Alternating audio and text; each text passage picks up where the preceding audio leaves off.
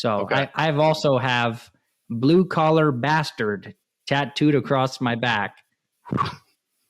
I got that done laying on a couch, and my buddy tattooed it.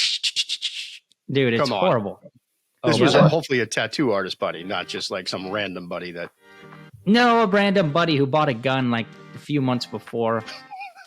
Tattoo gun, yeah. Hey, what's happening, everybody? Welcome back to the Talking Lots Pavement Group podcast. This week, it's gonna be awesome. We've been dying to have this guy on. He's a lot of fun. Maybe don't listen with the kids in the car. I stole that from Bill Ryman's podcast, actually. He said that when I started to listen to your pod with him, Nate, and I'm like, oh, this is going to be really good. That piqued my interest, so I figured I'd hijack that from Bill and his fantastic podcast. But joining me, as always, the best wingman in the business, Tony Grout. What's happening, Tone? What's up, Totter? Hey, glad to have you, Nate, man. Yeah, appreciate it, guys. Yeah, looking forward to it. Keep the kids in the other room. Yeah, for like 45 minutes. That's all. Get a little alone time and plug in, and let's hear Nate's story. So Nate Swink, welcome on the pod, man. Thanks so much for coming on. Yeah, guys, appreciate it. Thanks for having me. Yeah, you bet. We had a little technical difficulties to start. I think we got things ironed out. If you don't, you'll never know, because Casey works the magic in the back of the ones and the twos and whatever he does. So I think this is going to be pretty epic. We're going to get to know Nate a little bit. So Nate owns Swink's Welding. How old are you, Nate? 27. I almost had to think about that. But you just turned? Are you just about to turn? No, it was in March. I don't know. I don't keep track of that kind of stuff too well. I think there's certain like ages where it just doesn't really matter. And that's what, like your late 20s, 24, 27, 20, it's like all the same, right? Then you'll hit 30, then you'll pay attention a little closer. I was going to say, Nate, you're wise beyond your years, though. 27 for what you got going. That's pretty good, man. That's really good. Man. Yeah, I'm working. It's a work in progress, man. It's a work in progress. So if there's anyone that doesn't have Instagram and maybe doesn't know what you do, because we see you on there all the time telling the story, and I love it. It's been a cool journey to follow, and you're really becoming an authority, in your space, and doing a great job with the social media piece and all of that. How did you get started, and why welding? Yeah, so I'm 27 now. I got started welding when I was 14. I actually went and spent a summer with my uncle in Arizona. I live in Southern California. He lives about an hour outside of Phoenix. And kind of a dumb idea, right? As a kid, you're 13 and you want to go spend a summer in Arizona. Yeah, so it was like average 120, and I'm working with my uncle. Yeah, so sure. I didn't think it all through too well. Yeah, I didn't think it all through too well. I just loved my uncle, and he's a charismatic guy, and I was attracted to his energy anytime I seen him at family events and stuff. So, and I like to say my dad taught me, my dad showed me what hard work was, but my uncle showed me how to do that hard work, right? So I'm 13 years old. What's the difference? Let me stop you there for a second. What do you mean by that? That he showed you what hard work was versus how to do it? Yeah, I mean, like, let's say, so I mirrored, like my dad mirrored what it is to work hard, right? I would show him or see him working till like 1, 2 in the morning at the kitchen table, estimating jobs, whatever it took, and then getting up before I was even up, for school or whatever, out of the house, going to work. But I didn't always, he didn't like make us work hard per se. You know what I mean? He wanted to work hard so his kids didn't have put the shovel to in your hand. Yeah, right. Like I did. Yeah, I did because I wanted to do that stuff, right? Because I knew the value of having to do hard work and do grueling things. And, my dad's more of a businessman, and my uncle more just worked his ass off. He had 3 businesses over summer, right? Yeah. So learned how to weld down there from him. Came back and asked my parents, hey, can I take over the side of the house?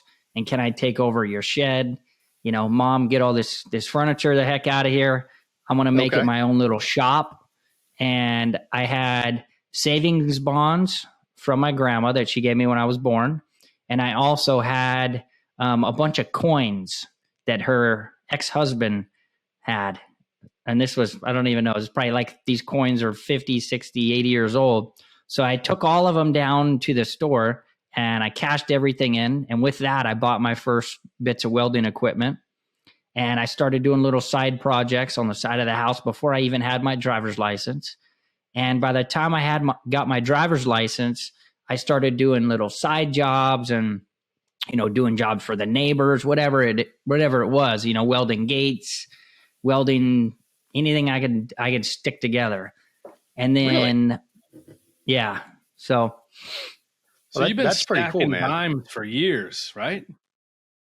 Yeah, at least 12 years. Wow. 12, 7, yeah. Yeah, But 12, 15 years. You're saying like it felt very old fashioned. You get your savings bonds and some collectible coins and took them down. And it's like you're going to the 5 and dime or Woolworths, but this is like 10 years ago. This wasn't in the 60s when you were trying to. No, it wasn't. You've got that old school work Walmart, ethic, man. That's great. Yeah. So then I went and bought my first welding machine and started out with like Harbor Freight stuff and then upgraded to Miller and Lincoln and all that good stuff. And I started welding mobily out of a Nissan Maxima. Okay. I would load up all the, right. I would load up the shit out of that thing. The only one ever in existence to weld out of a Nissan Maxima. Oh, yeah, no, man. Some guys in Boston that work out of Nissan Maximas. So I had welding tanks sticking out of the back window because it was a 4-door, taking them to get filled and whatever. And so I ran that thing till it blew up. And what's that? You have pictures of that? I haven't been able to find any because I'm trying to do more reels that show like the journey. So I got to ask my parents or my siblings because they probably do somewhere. But I would love to see such that. an important part of your journey. Yeah, I need to get some pictures of that and hang it up in my office. Just like this is where the journey, because I get down on myself. I think any entrepreneur, we want to go. And I never think I'm moving fast enough. Oh, so yeah. I I'm think always you like, you got to pause and look back and appreciate where you've come. Don't get stuck there. Right. But you got to take a few minutes now and then and say, well, things were pretty tough. I met this guy. I was waiting for pizza. This is about a month ago or so. I just got chatting with this guy that was sitting at the bar, and he had 736 with a dollar sign tattooed on his palm. And that guy was probably, I don't know, in his 50s maybe. And I said, what in the world is that? Well, he's an electrician, and he was working for someone else. I guess it was a really rough time. They didn't treat him well, and he decided to leave and go out on his own and bet all on himself. And he had $736 in his bank account, and he had that tattooed on there to constantly remind him where he was when he decided to go on his own. I'm like, man, that is powerful. Yeah, pretty your cool. hands, So right? yeah, mine don't have 736. I do have Mama Tried on my arm and a couple other tattoos. Dude, I like that. I had a fly in here. Sorry, man. Yeah. Yeah, I had a crazy upbringing. So I dropped out of high school at 16, pretty much a couple months after I got my driver's license because I was working so much and doing as well as I could for 16, 17 years old, making good money, making as much as the teachers trying to teach me. So I just partied a lot and had a fake ID at the age of 16. And so I've also have blue collar bastard tattooed across my back. I got that done laying on a couch, and my buddy tattooed it. Dude, it's horrible. This was hopefully a tattoo artist buddy, not just like some random buddy that. No, a random buddy who bought a gun like a few months before. Tattoo gun, yeah. Oh, that's fantastic. We printed it out on an 8.5 by 11. Yeah. Put it in Word, figured out the font we wanted, and all right, that looks pretty center. And then traced it out and said, all right, fuck it, let's do it. It's there. That's now, amazing. Still? It's still there. You'll see it at the TCS retreats when I go to the pool. I can't believe I haven't We'll seen see you in it a couple yet. of weeks at the Cosmo. Tony, your mic still sounds terrible. I don't know why we're not picking you up all that much. Me? And half our audience is going to be okay with that. But the other half at the nursing homes, they really want to hear you. So if you can dial that in. So you got to be all things. Where did you, like what part of call it your journey, or what part of building this business did you realize it was a real business? Like this wasn't just, me making some money, doing what I want. When did you realize that, hey, this is pretty substantial? I could build something special here. Yeah, for sure, man. Yeah. So that was like last Monday, I think. All right. No, I saw that reel. Yeah. Yeah. No, I probably about 20, I was 23. So about 3 years ago, pretty early, honestly. Okay. Did it scare you or did you embrace it right away? The idea of no, taking it I did, man. I got a lot of my partying and stupidness out fairly quickly, by 23 and a half, 24. And then was just like, all right, I can be a multimillionaire off this company. I need to figure out how to do that and how to grow it, how to lead people, how to be a leader myself, and how to become a businessman, not a welder, but become a freaking CEO. And that's the current journey now. How do I delegate? How do I train somebody? How do I read financial reports?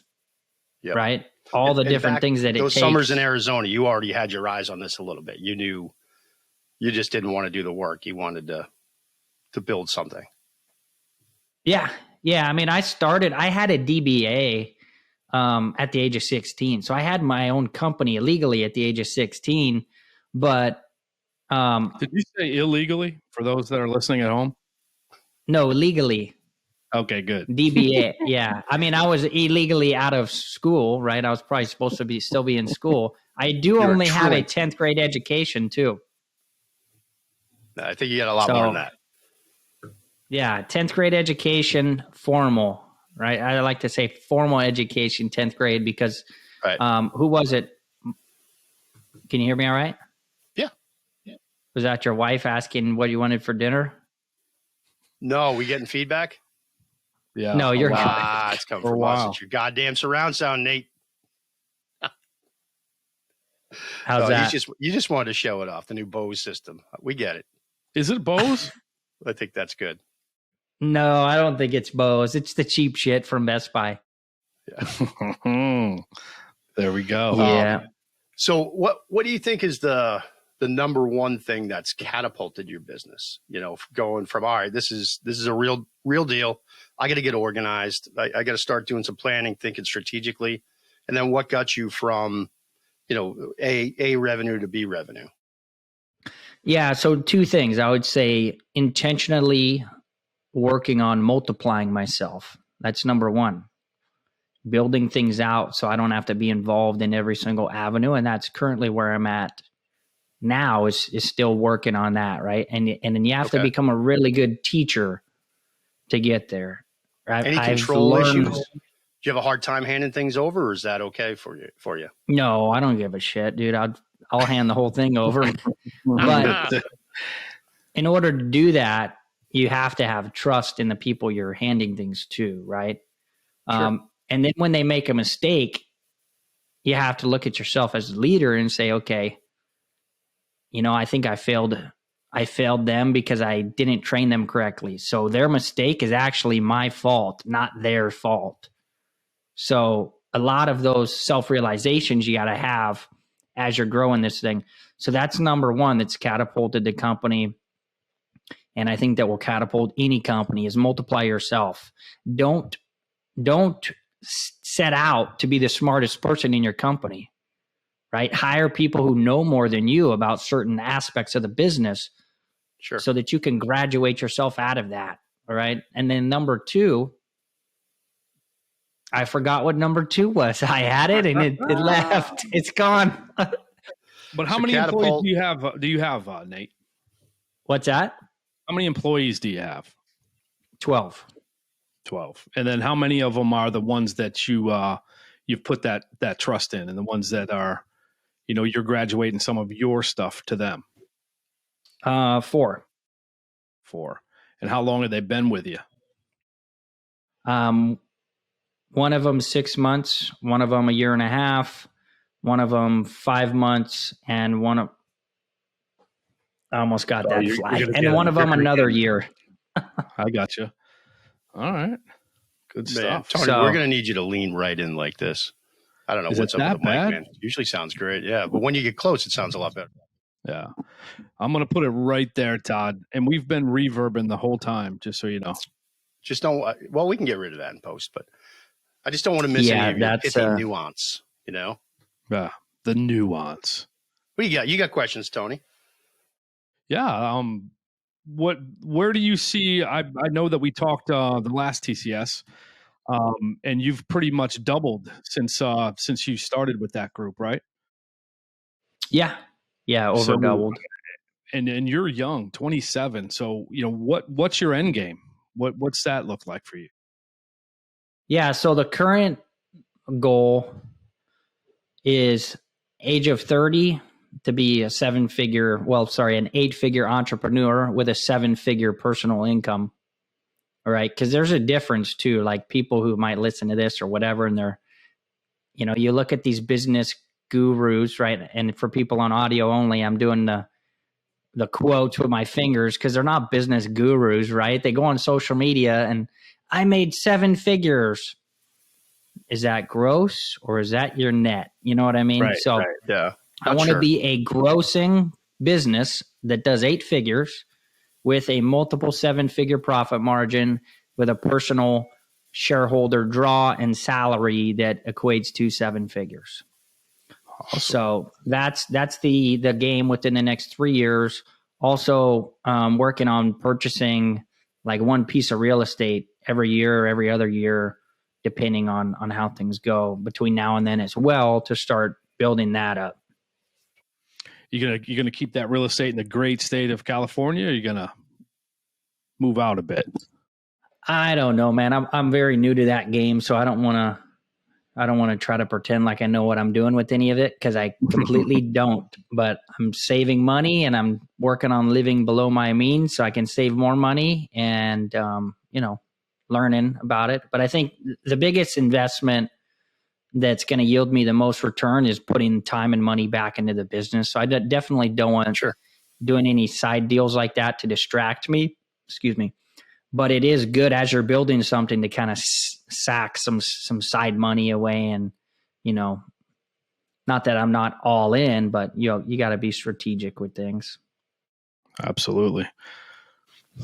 Is So technology, that's, sorry, go ahead, Todd. is technology playing a big part in the welding space? I mean, I call it the welding space. What you're doing is pretty cool. I mean, you're doing structural stuff. You're doing ornamental things and working on these incredible projects. Has technology changed in the last 5 or 10 years since you've been doing it? Yeah, definitely. Yeah, technology's definitely changed, and the way we approach technology and what we utilize has definitely changed as well.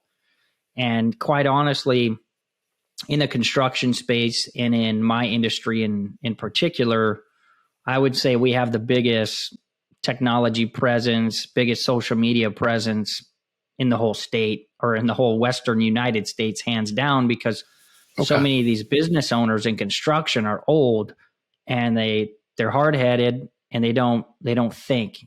You have to be able to pivot and adapt in business or you're going to die, or you're just not going to scale correctly and as quickly as you could. So yeah, technology plays a huge part in the apps we use. Right. There's still, and one of our subs who I'm working on mentoring and training him up, and he was at the last event at your guys' HQ in Pittsburgh. Yep. He still goes and does all his job walks. And I'm like, dude, you're wasting so much time. You could get on site maps. You can get on all these different apps that you pay a couple $100 or $1,000 a year. And you can do 10 job walks in a matter of an hour looking at it online. Like you have to think outside of the box and figure out how do you multiply your time, right? And you do that with technology, like you just said. The Pavement Group's a great example because the amount of money you guys invest in technology would make most people probably fall over, who are older people in business, and they would think you guys are idiots for investing all that in, but they don't understand the game. Everything how is different pivoting. It's going to look a few years from now. I mean, like AI has changed things so dramatically, so quickly.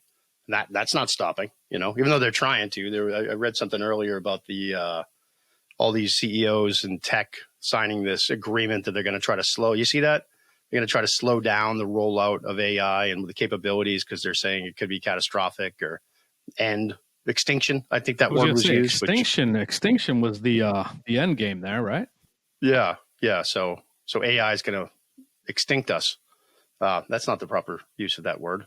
We'll cut that.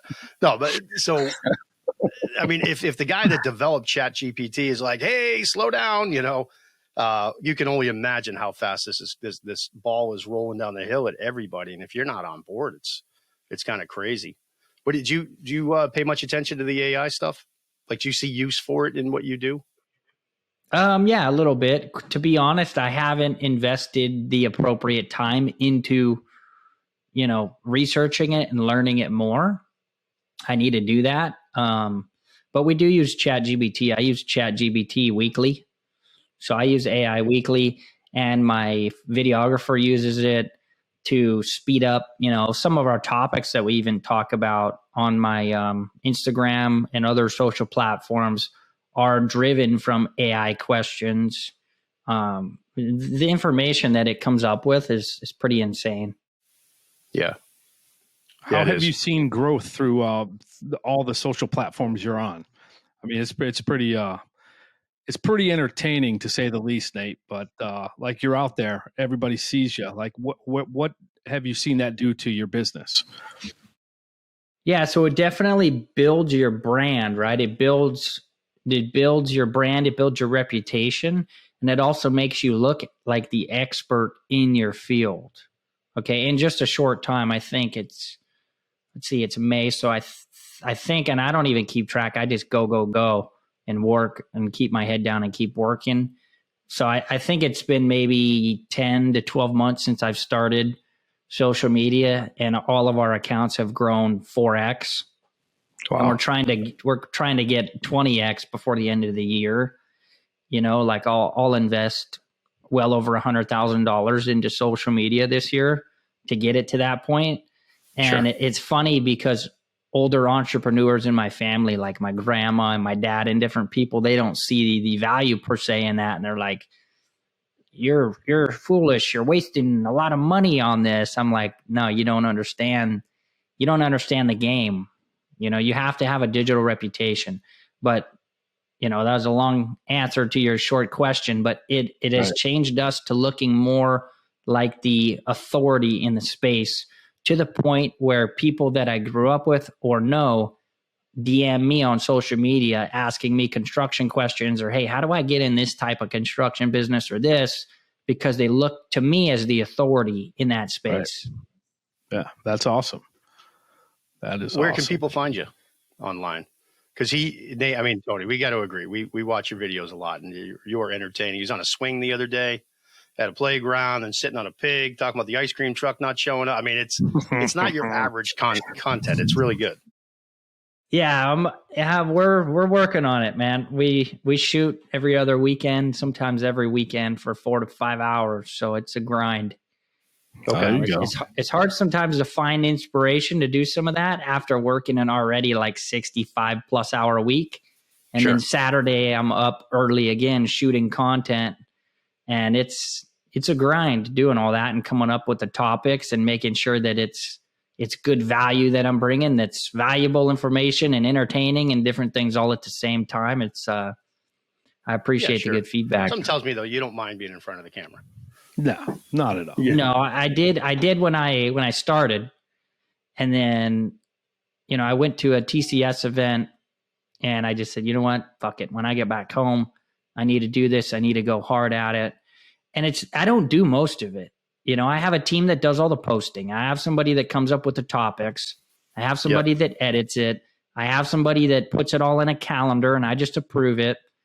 Most of the copy is written and I just approve it or have them adjust it. So people listening or watching this podcast, don't be intimidated in the amount of work that it takes, because you can leverage your money to get out of a lot of that work, where all you do is show up for 5 hours every other Saturday and talk and, have fun with the camera. Yeah. That sounds Yeah. If you've got a good use case Have for fun it. with the camera. But if you Not got a like good that. business case for it, spending that money definitely makes sense. It definitely does. You've invested a lot of time and put out a lot of good content. It's good to see that it's playing dividends for you. Yep. So to answer your what's your question, handle on Instagram, Nate? yeah, I was going to give you that. So it's Nate_Swink on Instagram. You could find me on YouTube. We do YouTube Shorts on Twitter, not Twitter. On see, I don't even know all the ones that I'm on, dude. Yeah, Facebook, TikTok, TikTok, Facebook, LinkedIn. So, and do you use different content for different platforms? Will you put a different style video up on LinkedIn than you would on Instagram, or you just kind of blast it all out there? And no, we blast the same video on all platforms. Okay. You know? Yeah. Maybe I should look into that. Oh, go ahead. I'm sorry. I said maybe I should look into that. I don't know. No, I don't know. You just got to run it, right? You did, like you said, you just got to do it and then see what happens. You'll get some feedback, and getting good feedback from Tony and I here. But ask a few other people. That'll be honest. You should ask a few other people. I mean, we're authorities in the industry. Just ask Todd; he'll tell you. We are. I don't care enough to like. I'll ask somebody, hey, how could I improve or whatever? But I don't go around sulking for attention or whatever. I'm doing my shit. I'm putting in the work, and I know what the result's going to be.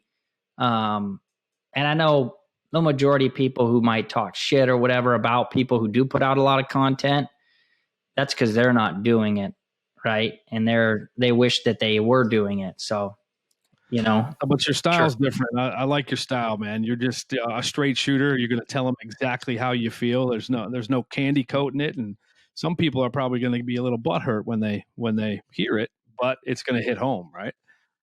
Yeah, it's going to be fun. We've been having more fun with it, and we actually, I think, have some videos coming out this next week or the week after, like where I'm commenting on PETA's videos. Oh, nice. Are you making fun of them? Yeah, so there's this whole like PETA video, and I'm watching it, and it's playing above me, and then I like look up and I'm talking about it. So spoiler alert, but am I crazy?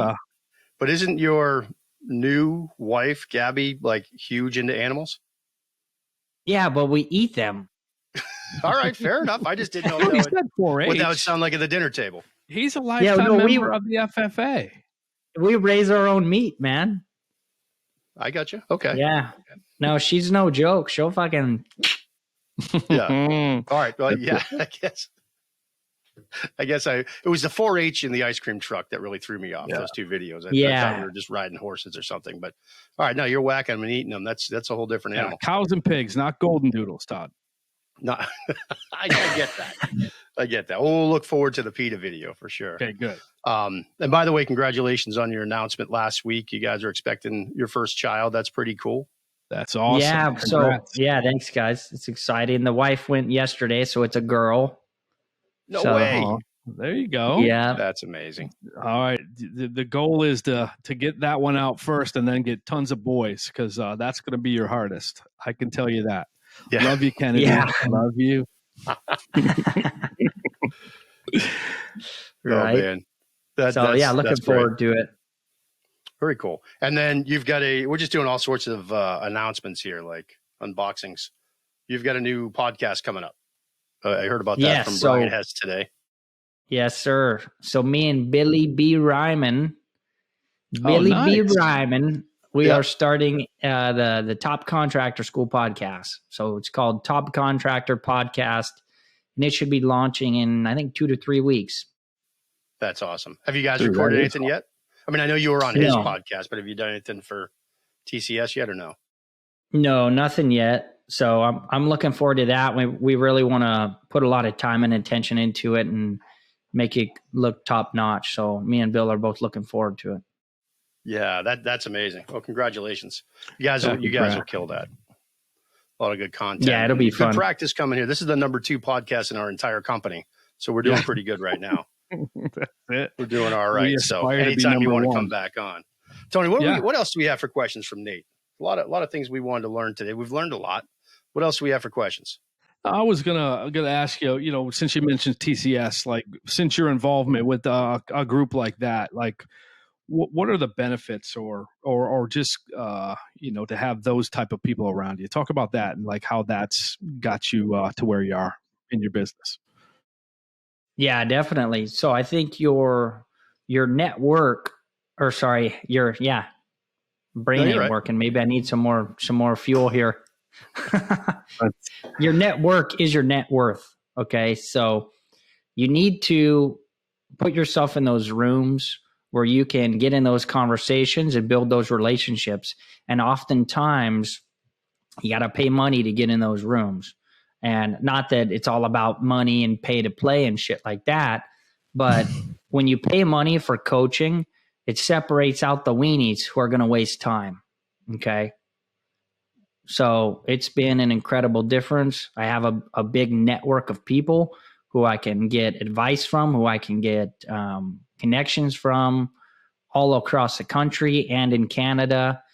So it's been pivotal. And then also having that trained discipline of getting on a call weekly and discussing different topics. Sorry, I have a burp that like keeps wanting to come out here while I'm talking.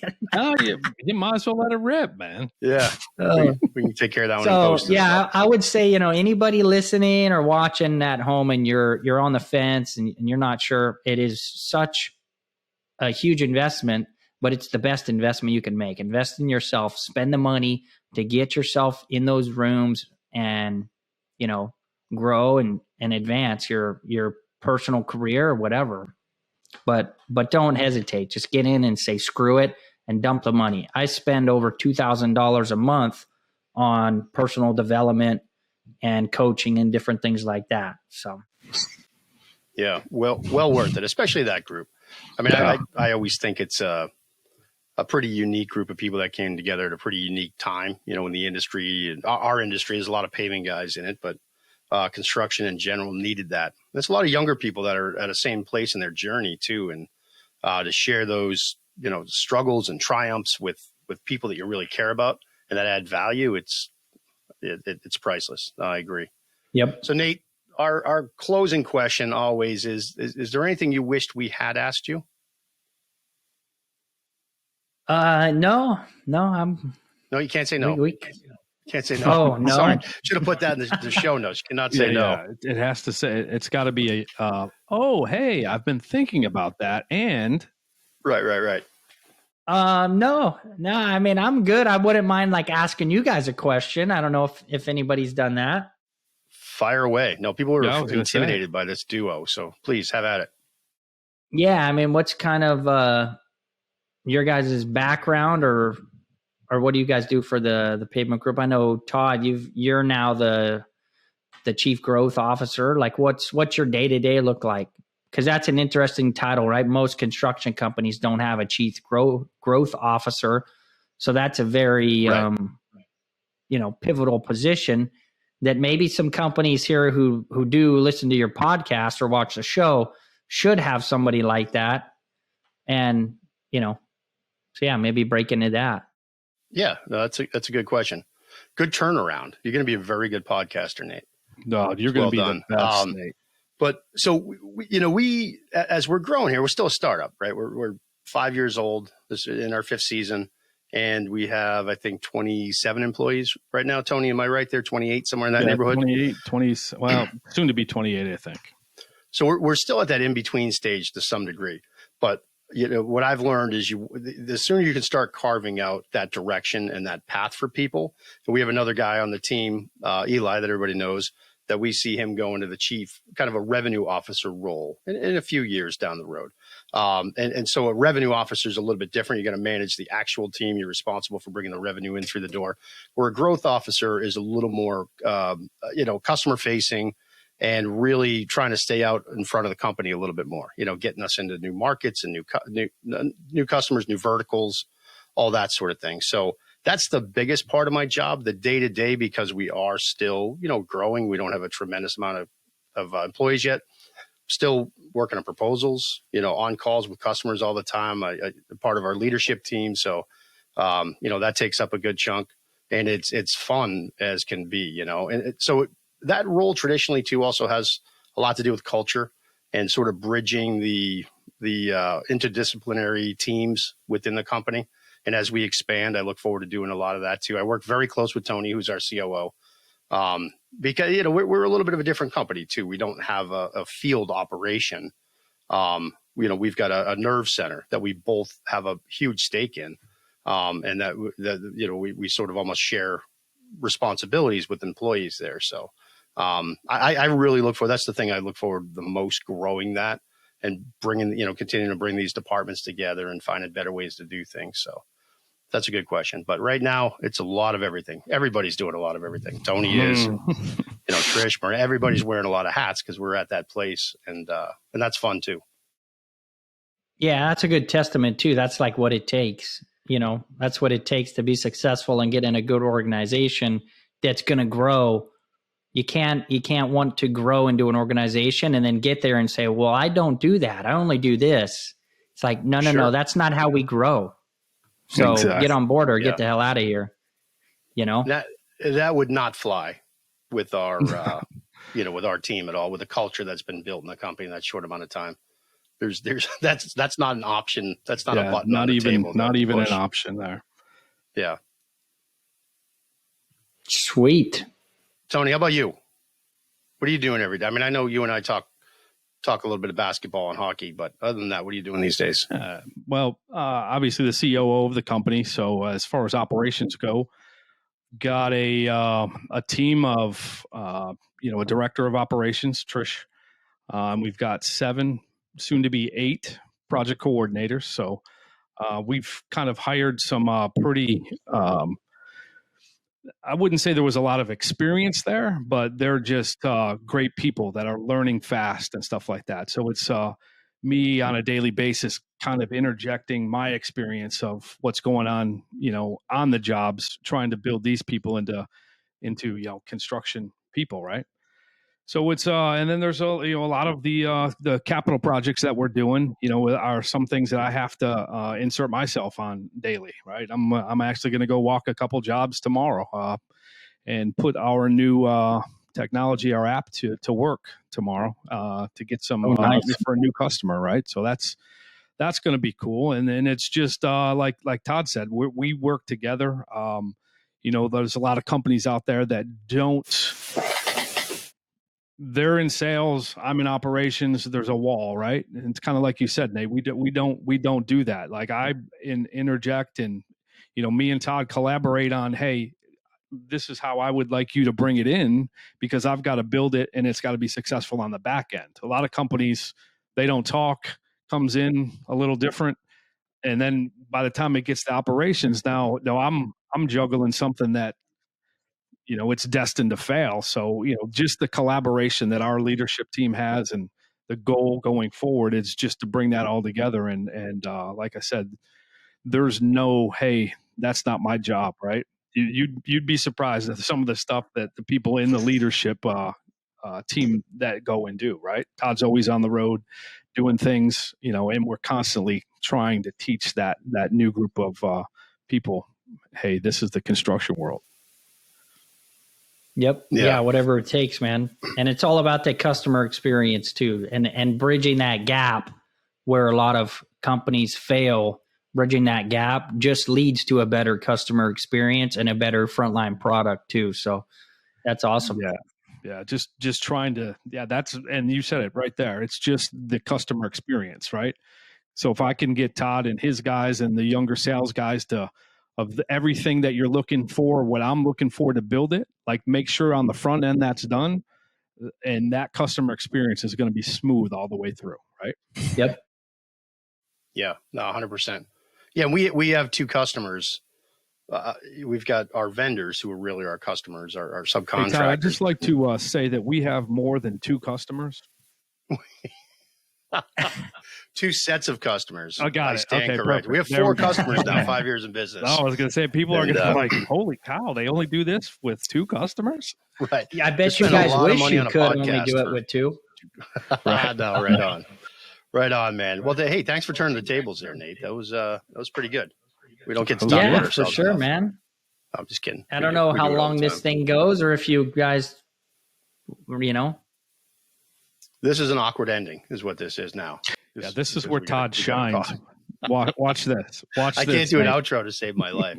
Nah, man, I'm happy for you though. You're one of my favorite people that I've met through Pavement Group and through Top Contractor School, and we're really rooting for you. It's cool to see. You get married, you're having a baby, your business is booming, and you're doing all sorts of cool stuff. So, congratulations, and don't ever change. Yeah, I was going to say congrats, and dude, the way you do it is different.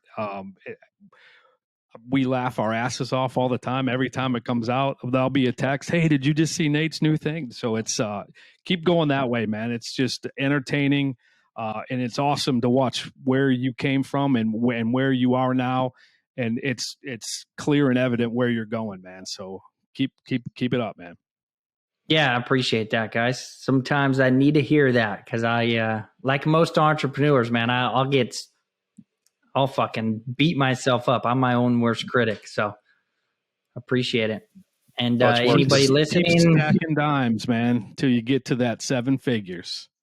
that's it. Let's go. Anybody listening or watching, my handles were in the somewhere We'll put in them the comments. podcast. It's in there too, but we'll put it in the comments. Casey, that was Nate's way of saying, "Hey, put that on the link on the bottom." Yeah, in put the that at bio. the bottom so it's easy to click and Scroll take up, action and give me a follow and comment, like, subscribe, give these guys a follow, and yeah, don't be a weenie. Learn some new shit. Weenie. That's it. Oh, That man. is All it. good. All good. Well, this is everything I was hoping it would be. Tony, thank you again for just being Thank the you, most Todd. solid wingman in the business. And Nate, this was a blast. We wish you continued success, and we'll definitely do this again. We are available to come on the Top Contractor podcast if you want to talk to our agents. I mean, it'll probably have to be spring next year. We're pretty booked, but if you want to talk to our people, we can. Or we can spring get that this together year. too. Or spring. Yeah. What's spring One in? Or tomorrow. 20 days. Tomorrow All at noon or what? That's it. Oh, man. All right. You guys are the best. All good. Well, this was the Talking Lots podcast, the Pavement Group podcast. I never do this right. I always screw it up. So it's just kind of become a thing. And I don't do it Nate, on purpose. I warned you at the beginning. I was right. The again. outro, the dreaded outro. But thank you, everybody, for tuning in, checking out Nate Swink here and Tony Grout on the Talking Lots podcast here on the TPG Podcast Network. We'll see y'all next time.